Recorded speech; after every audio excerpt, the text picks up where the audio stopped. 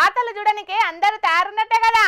సరే మరిగా షురు చేసుకుందాం పాండ్రి. ఇయాల్టి జోర్దార్ వార్తలు. చేతిపాటి ఎన్నికలకు ముందుగాల 6 గ్యారెంటీల పేరు మీద పెద్ద ఎత్తున ప్రచారం చేసుట్లా ప్రజలు ఓట్లేసి గెలిపించి అధికారం కట్టబెట్టిండ్రు కదా. ఇక అధికారంలోకి వచ్చి ఏడాదిన్నర దాటినా ఇచ్చిన హామీలను తీర్వలేదని చెప్పి కారు పాటలు కాంగ్రెస్ బాకీ కార్డును విడుదల చేసిండ్రు. మరి దాని కథేందో పురాగాడ్చుకుందాం పాండ్రి. షెయి పార్టీ అధికారంలోకి వచ్చినాక 100 రోజులల్లనే హామీలన్నీ అమలు చేస్తామని చెప్పిర్రు. 700 రోజులు గడిచినా ఇంకా హామీలను అమలు చేస్తలేరని చెప్పి ఇవాళ తెలంగాణ భవన్లో ఈ బాకీ కారెట్ని విడుదల చేసిర్రు కారు పార్టీ పెద్ద లీడర్లు. 22 నెలల పాలనలో మహిళలకు 2500 హామీ కింద ఒక్కొక్కరికి 55,000, వృద్ధులకు పెన్షన్ నెలకు 4,000 హామీ కింద ఒక్కొక్కరికి 44,000, వికలాంగులకు పెన్షన్ 6,000 హామీ కింద ఒక్కొక్కరికి 44,000, షాదీ ముబారక్ కళ్యాణ లక్ష్మి కింద ఆడిబిడ్డల పెళ్లిళ్లకు తులం బంగారం ఈ సర్కార్ బాకీ పడ్డదని చెప్పుకొచ్చారు కారు పార్టీ లీడర్లు. ఇక అట్లనే నిరుద్యోగులకు 2 లక్షల ఉద్యోగాలు, విద్యార్థినులకు స్కూటీలు, విద్యా భరోసా కారెట్ కింద విద్యార్థులకు ఒక్కొక్కరికి 5 లక్షల రూపాయలు ఈ ప్రభుత్వం చెల్లించాలని డిమాండ్ చేసింది car party. Chief minister Revanth Reddy కాదిన cutting minister, cutting master Revanth Reddy అయిపోయింది. ఈయన చీఫ్ మినిస్టర్ రేవంత్ రెడ్డి కాదు, కటింగ్ మాస్టర్ రేవంత్ రెడ్డి. 2 రకాల కటింగ్లు. ఒకటేమో కేసీఆర్ గారు ప్రభుత్వం ప్రారంభించిన మంచి పనులు, బీఆర్ఎస్ ప్రభుత్వం చేపట్టినటువంటి కార్యక్రమాలకు, భవనాలకు కానీ, ఆసుపత్రులకు కానీ, స్కూళ్ళకు కానీ, కాలేజీలకు కానీ, ఫ్లైఓవర్లకు కానీ, బ్రిడ్జిలకు కానీ, ఎస్టీపీలకు కానీ రిబ్బన్ కటింగ్ చేస్తుండిపోయి. ఒకటేమో రిబ్బన్ కటింగ్, ఇంకోటేమో కేసీఆర్ గారు ప్రారంభించిన మంచి పథకాలు ఉంటే వాటిలో కటింగ్ పెట్టుడు.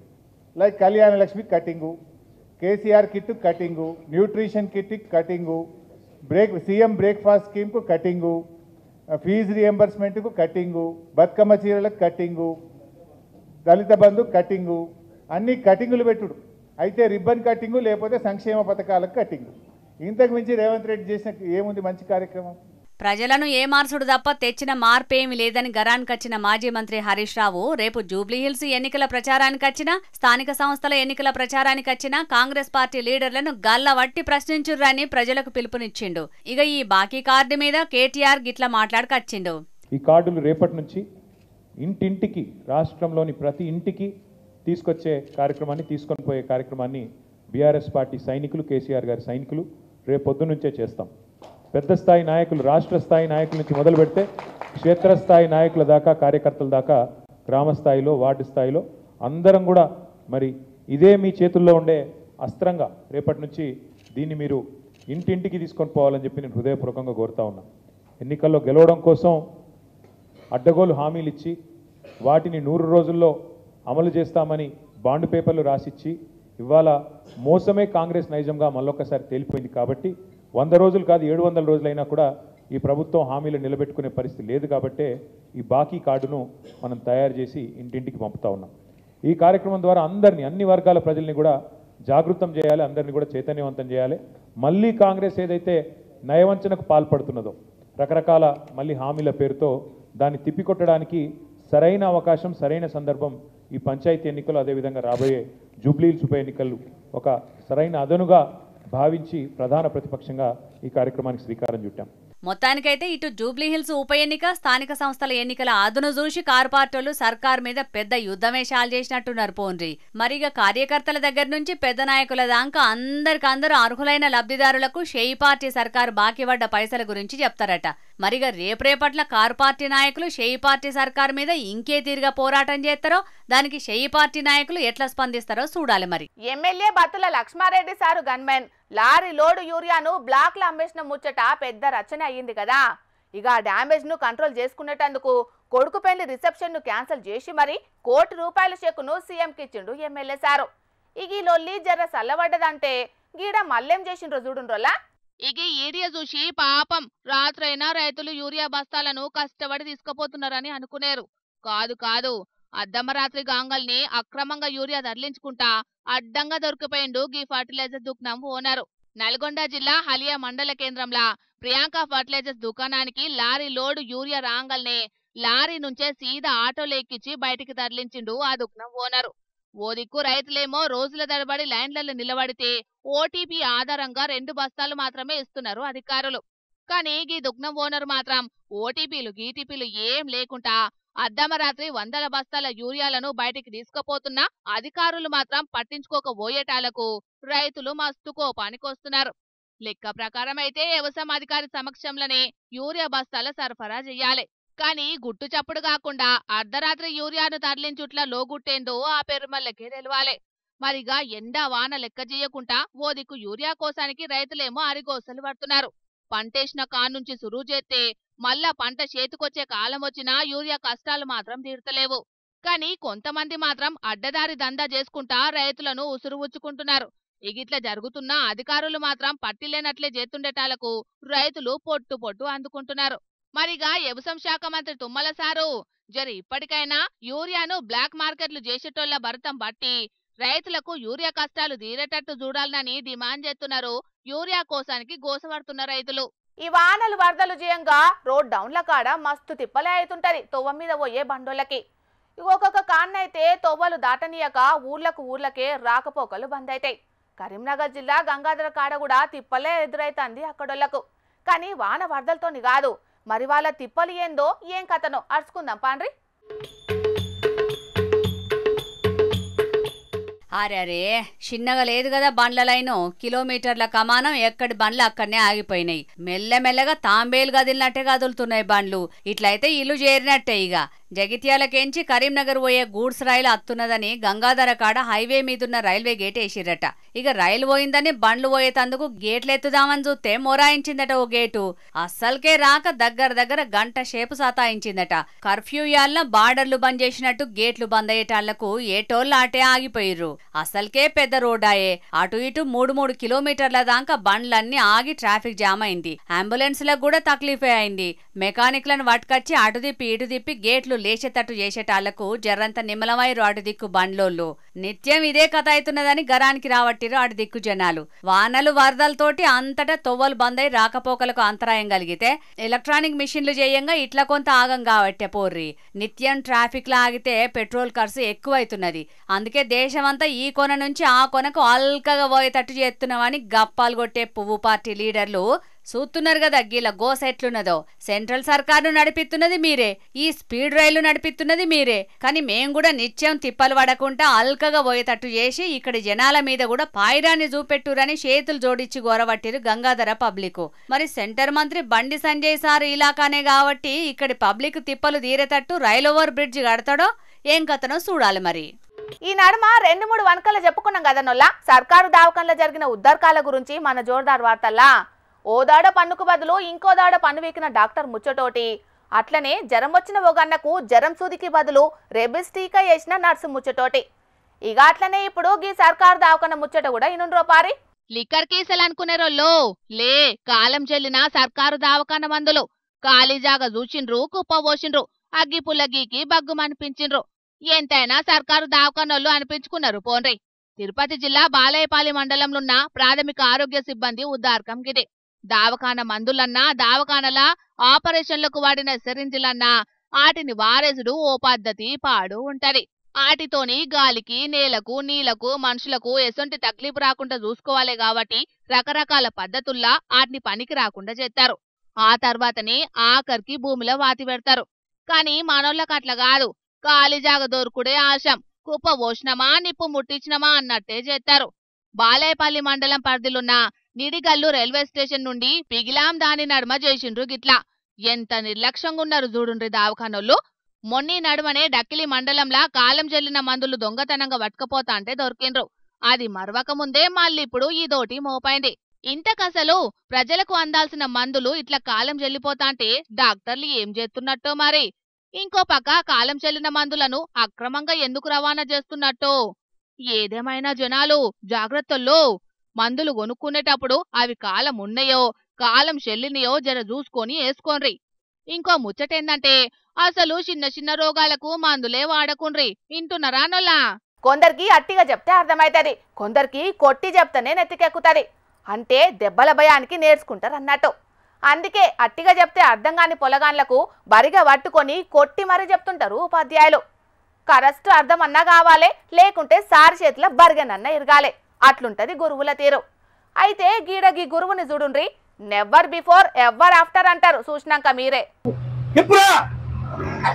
अरे ఊరుకుడు ఎంత చెప్పుదా బాగా వర్సై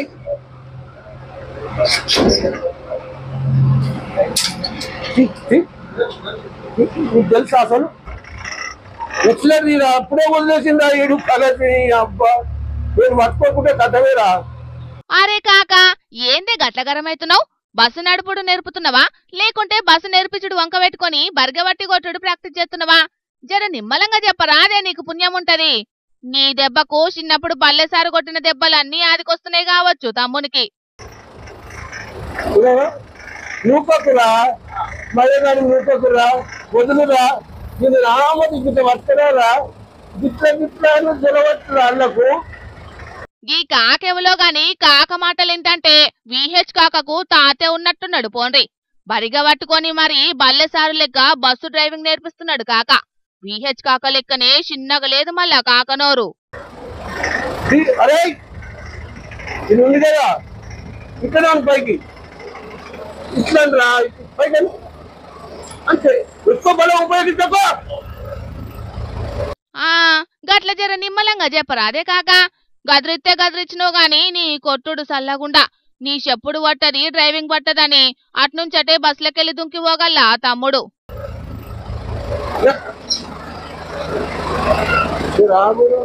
అబ్బో కాకకు చెయ్యి దురదనే కాదల్లో నోటి దురద కూడా ఎక్కువనే.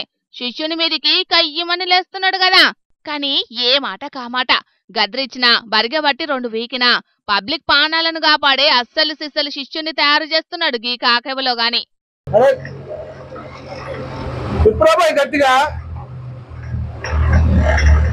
వయసు పొరగా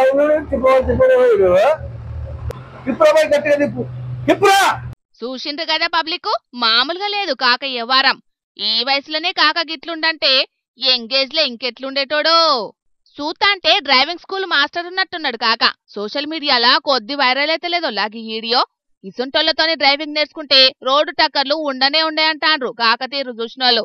ఇంకా గమ్మత్తి కామెంట్లు కొద్ది పెడతలేరు పబ్లిక్. మా లెక్కల సారు యాదకొచ్చిండని ఒకలు, గట్ల చెప్పుడు ఏం పద్ధతని ఇంకొకలు, ఈ పాఠాలు ఎంతమంది పానాలను కాపాడుతాయోనని ఒకలు, మా నాయన యాదకొచ్చిండని మరొకలు. గంతేనా?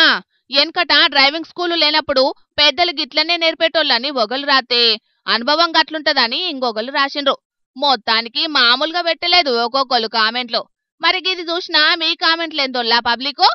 వాయమ్మో ఏం వానలు ఈ వర్షాలు చల్లగుండా అసలుకే ఇచ్చిపెడతలేవు కదా. ఇక మమ్మల్ని కరుణించి వర్ణదేవా అని ఒక్క తీరు మొక్కుకున్నా వర్ణదేవుడు మాత్రం వెనకకి తగ్గేటట్టే లేడు. ఇవాళ ఏకంగా ఎంజీబీఎస్ బస్టాండ్ని మూసి ముంచెత్తే తీరొచ్చింది వరద. ఇక ముచ్చట్ల మీద కూడా నజరేద్దాం పాండ్రి. పోయి వానలు చల్లగుండా ఏం వానలో ఏం కథనోళ్ళ దినం పొద్దు ఊకిందంటే చాలు పొట్టు పొట్టు చంపుతున్నాయి ఈ వానలు. పట్నంలో ఏ మూలకు పోయినా వరదతోని అవస్థే ఉన్నది. మూసీ నది ఉగ్ర రూపం దాల్చితే చాదర్ఘాటు లో లెవెల్ వంతెన మీద నుంచి వరద ఉప్పొంగిపోయిన సంఘటనలు ఇది వరకు షాన్నే చూసినాం గాని ఈ పారి మాత్రం ఎంజీబీఎస్ బస్టాండ్ పోయే 2 బ్రిడ్జిలు వరద నీళ్ళ మునుగుడే కాదు, ఏకంగా బస్టాండ్ కూడా మూసీ వరద ముంచెత్తటాలకు 100 మంది ప్రయాణికులు బస్టాండ్లను ఇక్కుకపోయే పరిస్థితి మోపైంది. ఇక హైడ్రా సిబ్బంది, జీహెచ్ఎంసీ, ఆర్టీసీ అధికారులు రంగంలో దిగి ప్రయాణికులందరికీ ఏం తక్లీఫ్ కాకుండా బయటికి తీసుకొచ్చిర్రు. ఇక అట్లనే బస్టాండ్ ను మూసేసి వేరే కాడ నుంచి బస్సులు నడుతామని ఆర్టీసీ అధికారులు చెప్పిండ్రు. ఇక అటు వరద ఏయంగా ప్రజలెవరు అవస్థ పడకుండా ఏర్పాట్లు చేయాలని GHMC commissioner RV Karnan sir దగ్గరుండి మరి ఏర్పాట్లు చేసిండు.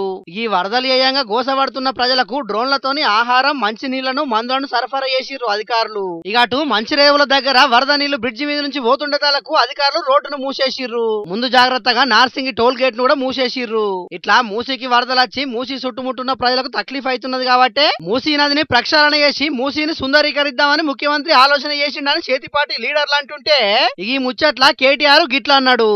కానీ రేవంత్ రెడ్డి ఎంత కిరాతకుడు అంటే నిన్న కావాలని తెలుసు ఆయనకు నిన్న క్లౌడ్ బర్స్ట్ ఉంది, వర్షం పడుతుందని వాతావరణ శాఖ చెప్తే కూడా కావాలని మూసీ ప్రాజెక్టు చేయాలంటే ఆడ ఇండ్లు మునగాలి. నేను అనుకున్నట్టు మూసీలో 150,000 కోట్లు కొల్లగొట్టాలంటే వీళ్ళని ముంచాలని చెప్పి చెరువు ఖాళీ చేయకుండా కావాలని అట్లనే నింపిపెట్టి ఇవాళ ఎగ్దం ఒకటేసారి 15 గేట్లు ఎత్తిండ్రు. ఎత్తవరకు ఏమైంది? ఇలా ఇమ్లీబాన్ బస్ స్టాండ్ మొత్తం మునిగిపోయింది. మొట్టమొదటిసారి చరిత్రలో ఇమ్లీబాన్ బస్ స్టాండ్కి ఎప్పుడైనా నీళ్ళు వచ్చినాయి? ఇదివరకు మనం పోలేదా? ఇమ్లీబాన్ బస్ స్టాండ్ చూడలేదు ఇదివరకు. ఇవాళ అది కూడా మునిగింది. ఎందుకు? ఒక్కటే కారణం. ఏం చెప్పదలుచుకున్నాడు రేవంత్ రెడ్డి? మీరు మూసి అద్దంటున్నారు కదా, నేను చేయాలనుకుంటే ఇక చూసినావా పేదోళ్ళను ముంచి ఇడికెళ్ళి ఎలగొట్టి అట్లనన్నా చేస్తా అనేందుకు ఇలా అంతా కిరాతకంగా ప్రవర్తన చేస్తా ఉన్నాడు. సీఎం రేవంత్ రెడ్డి కావాలనే మూసి బందుకున్న ప్రజలను ముంచిండని కోపానికి వచ్చిండు రావన్న.